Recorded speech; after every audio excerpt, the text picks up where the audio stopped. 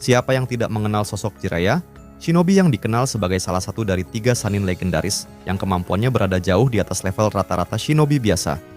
Dan kali ini, kita akan membahas perjalanan seorang Jiraiya. Sosok shinobi kuat yang menjadi pelindung bayangan desa Konoha, serta guru dari sang karakter utama, yaitu Uzumaki Naruto. Tapi sebelum masuk ke pembahasannya, pastikan dulu kalian sudah pencet tombol like-nya. Dan jangan lupa di-share ke teman-teman kalian buat yang suka dengan pembahasan seputar anime.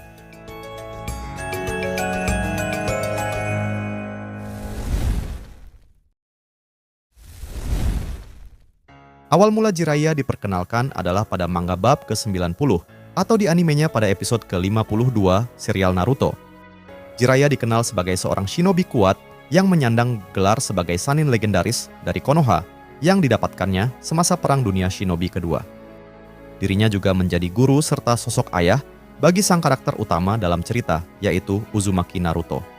Selain itu, orang-orang juga mengenalnya sebagai petapa katak dan seorang novelis terkenal yang menerbitkan sebuah buku novel dewasa berjudul Icha-Icha Taktik. Sebagai seorang shinobi, kita bisa lihat kalau kemampuan Jiraiya tidak bisa dibandingkan dengan shinobi lain pada umumnya. Mulai dari cara bertarung, strategi pertempuran, serta jutsu-jutsunya, Jiraiya berada di tingkat yang berbeda, yang mana kemampuannya sangat diwaspadai oleh siapapun orangnya.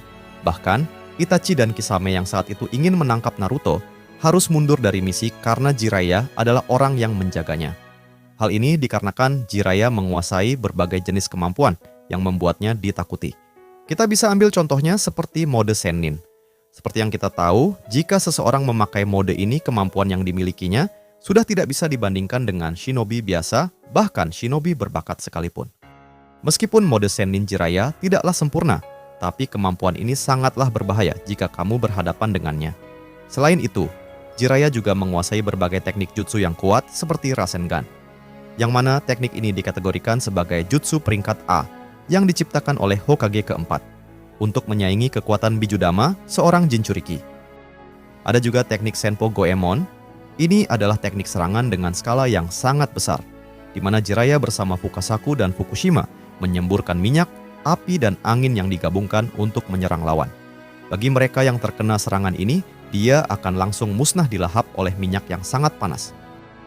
Yang berikutnya ada teknik elemen tanah, yaitu Yominuma, yang mana teknik ini bisa menjebak musuh ke dalam rawa lengket yang dialiri cakra untuk menghentikan pergerakan lawan. Selain itu, Jiraiya juga bisa memanipulasi rambutnya yang digunakan untuk menyerang musuh, yang diberi nama Ranji Shigami no Jutsu.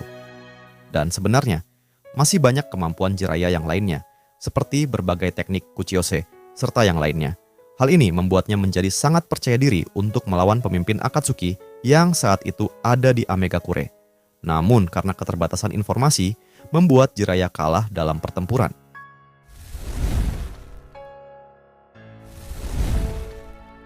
Di dalam cerita, Jiraiya memainkan peran yang sangat penting dalam pertumbuhan sang karakter utama, yang mana dirinya menjadi guru pembimbing Naruto yang mengajarkan tentang banyak hal dan arti menjadi seorang shinobi.